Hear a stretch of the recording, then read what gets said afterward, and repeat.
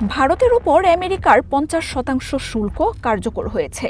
দেশটির স্থানীয় সময় সকাল ৯:৩০ থেকেই রপ্তানিতে বাড়তি ২৫% শুল্ক যোগের কথা জানায় হোয়াইট হাউস।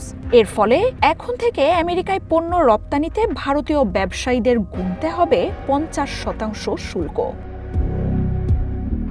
আমেরিকার নিষেধাজ্ঞা না মেনে রুশ তেল কেনার শাস্তি হিসেবে ভারতের ওপর ২ দফায় ৫০% শুল্ক চাপান ট্রাম্প। এরপর থেকেই দুই দেশের মধ্যে চলছে তীব্র টানাপোড়েন। রুশ তেল কেনা বন্ধ হবে না বলে জানিয়ে দেয় ভারত। জবাবে বাণিজ্য আলোচনার জন্য প্রতিনিধি দলের ভারত যাওয়া স্থগিত করে আমেরিকা। শেষ মুহূর্ত পর্যন্ত ভারতীয় ব্যবসায়ীদের আশা ছিল মোদি হয়তো এই শুল্ক ঠেকাতে পারবেন, তবে শেষ রক্ষা হলো না।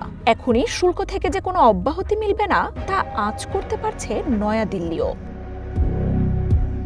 ট্রাম্পের শুল্কের বড় প্রভাব পড়েছে ভারতের শেয়ার বাজারে। সাথে টানা ৬ দিন ধরে পতন ঘটছে রুপির। বিদেশি বিনিয়োগকারীরা টাকা তুলে নেয়, শেয়ার বাজারেও ধস নেমেছে। খুব শিগগিরই ডলারের বিপরীতে রুপির রেকর্ড দর পতনের শঙ্কা দেখা দিয়েছে।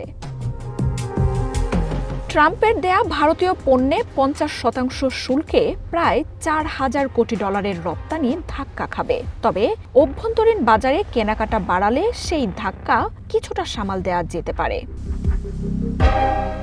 আর তাই ট্রাম্পের ঘোষণার পর একাধিক জনসভায় আত্মনির্ভর ভারত গড়ার ডাক দিয়েছেন প্রধানমন্ত্রী নরেন্দ্র মোদি।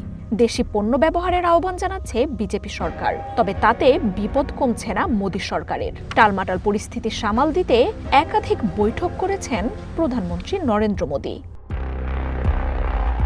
দিল্লি ওয়াশিংটন টানাপোড়েনের জন্য রাজনৈতিক ব্যর্থতাকেই দায়ী করছেন অনেকে।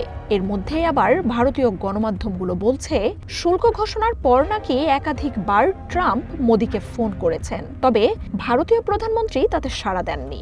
বিজেপি সমর্থিত গণমাধ্যমগুলোর এমন খবরকে অনেকে আবার হাস্যকরও বলছেন, কারণ কিছুদিন আগেই জানা গেছে ট্রাম্পের সাথে দেখা করতে সেপ্টেম্বরেই হোয়াইট হাউসে যাওয়ার জোর চেষ্টা চালাচ্ছেন নরেন্দ্র মোদি।